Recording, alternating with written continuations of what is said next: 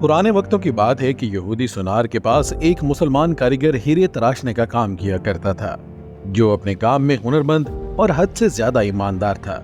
यहूदी इस मुसलमान की कारीगरी से बेतहाशा नफा कमाने के बावजूद भी इसे मुनासिब मुआवजा अदा ना किया करता था, जिसकी वजह से वो बमुश्किल अपने घर का खर्चा ही पूरा कर पाता था। इस तरह काम करते करते इसने उम्र गुजार दी और इसी बीच इसकी बेटी भी जवान हो गई। वो अपनी कलील आमदनी में से कुछ भी जमा न कर सका था, यहाँ तक कि बेटी की शादी के लिए उधार मांगने की नौबत आ गई। मुसलमान कारीगर ने अपने मालिक से कुछ रकम बतौर उधार मांगी तो करोड़पति होने के बावजूद उसने रकम देने से माजूरी जाहिर कर दी। इस पर मुसलमान कारीगर अपनी किस्मत को बुरा भला कहता हुआ घर लौट आया।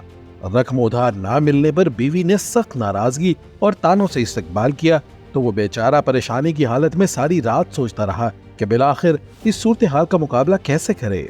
इसी कैफियत में वो दूसरे दिन काम के लिए दुकान पर भी ना जा सका। बाद में यहूदी सुनार के बुलाने पर वो दुकान पर पहुंचा तो उसके हाथ में एक पोटली थी, जो उसने यहूदी सुनार के सामने खोल कर रख दी। इस पोटली में बेशकीमत हीरा देखकर यहूदी सवालिया निगाहों से मुसलमान कारीगर की तरफ देखने लगा। कारीगर बोला, मालिक, ये हमारा खानदानी हीरा है, इसे बेचने की इजाजत नहीं। आप इसे गिरवी रखकर मुझे कुछ रकम उधार दे दें, मैं आपको रकम लौटाकर अपना हीरा वापस ले लूंगा। इस ऑफर पर यहूदी सुनार राजी हो गया और मुसलमान कारीगर ने कर्जे की रकम हासिल करके खुशी खुशी अपनी बेटी की शादी कर ली।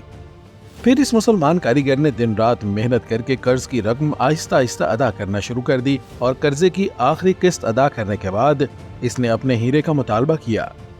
यहूदी ने वो हीरा लाकर इसके सामने रख दिया। इसके बाद हीरा तराशने वाले कारीगर ने हीरा लेकर पानी में रख दिया, जो कि देखते ही देखते पानी में तहलील हो गया। इस सारे मंजरनामे के बाद मुसलमान कारीगर ने यहूदी सुनार को मुखातिब करके कहा कि मालिक, ये कोई हीरा नहीं बल्कि मिस्री की एक डली थी, जिसे मैंने अपने फन से हीरे का ऐसा रूप दिया कि आप जैसा सुनार भी धोखा खा गया। आपने मेरी आजिज़ी और दरख्वास्त पर कर्जा न दिया, जिसकी वजह से मुझे यूं आपसे रकम निकलवानी पड़ी। मैं मुसलमान हूँ, इसलिए भागा नहीं। अब आपकी पाई पाई अदा करके मैंने खुद को सुरखरू कर लिया।